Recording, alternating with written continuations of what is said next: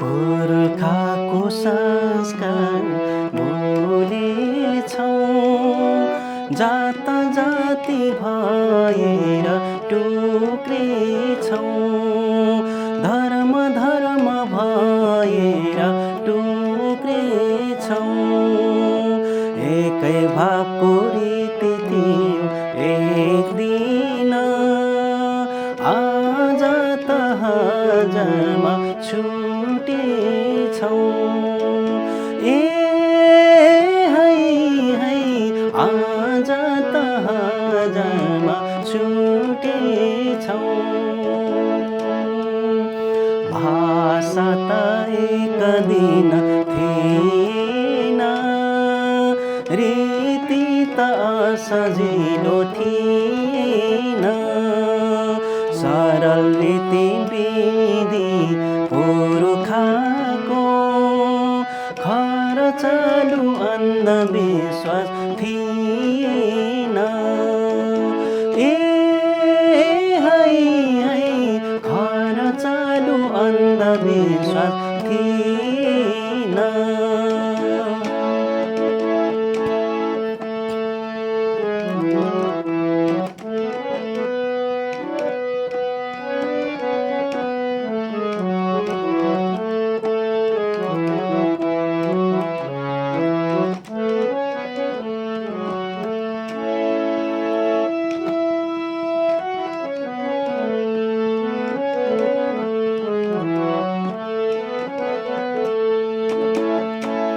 बालीको विधि थिएन, छोरीलाई हेला थिएन, नर बलि प्राणी बलि सुरु भो, बिग्रिँदै गएको संस्कारमा।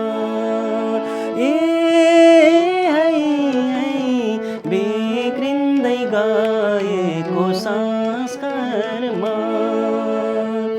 छोरीलाई हेला गर्नु पाप हो, प्राणी बलि अझ महापाप हो, नर बलि बन्द भयो शक्तिले, प्राणी त बिचरा निर्बल्यो। ए है है प्राणी त बिचरा निर्बल्यो।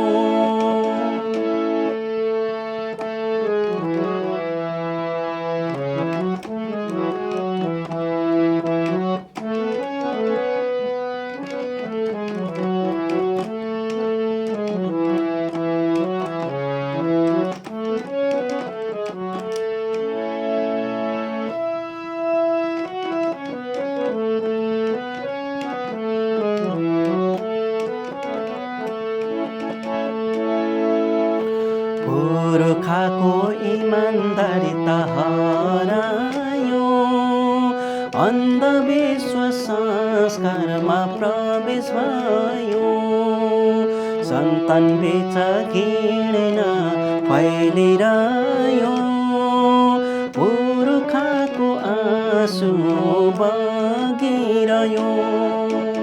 ए है है पुर्खाको चित्त टुक्रिरह्यो,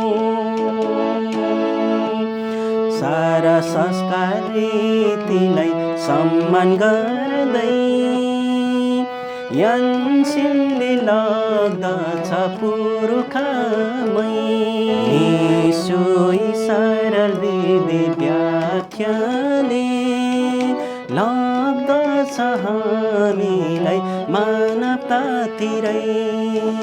ए है है लाग्दछ मान्छेलाई मान्छेतिरै।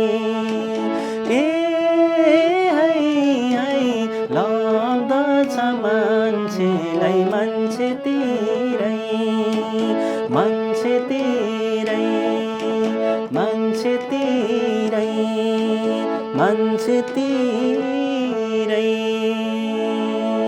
यो भजन परम गुरुबाट शब्द सङ्गीत गरिएको भजन हो।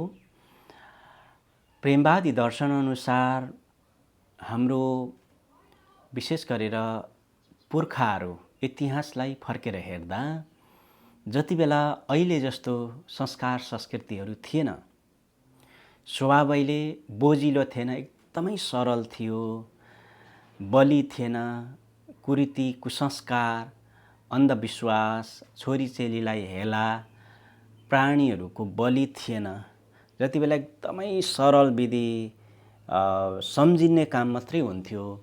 अहिले चाहिँ आएर चाहिँ संस्कारमा कुरीति भित्रिएको छ, जो चाहिँ पशु प्राणीहरू, निर्बल प्राणीहरूलाई हत्या गरेर आफ्नो लागि, आफूलाई राम्रो होस् भन्नको खातिर बलि चढाइन्छ। तर सुरुवात कालमा यो थिएन, यो बोजिलोपन थिएन भनेर यो भजनले एउटा ज्ञान दिइरहेको छ। यानसेनले पुर्खातिरै फर्काउँछ भनेर इङ्गित गरिरहेको छ। हामी मान्छेहरू प्राणीहरूको बलि गर्नु हुँदैन है, संस्कारमा अन्धविश्वास गर्नु हुँदैन है भनेर भनेको छ। तसर्थ हजुरलाई यो शब्दहरू सङ्गीत कस्तो लागेको छ कृपया कमेन्ट गरेर सहयोग गरिदिन म आग्रह गर्दै भजनबाट बिदा हुन्छु। जय प्रेम। थ्याङ्क यू, धन्यवाद।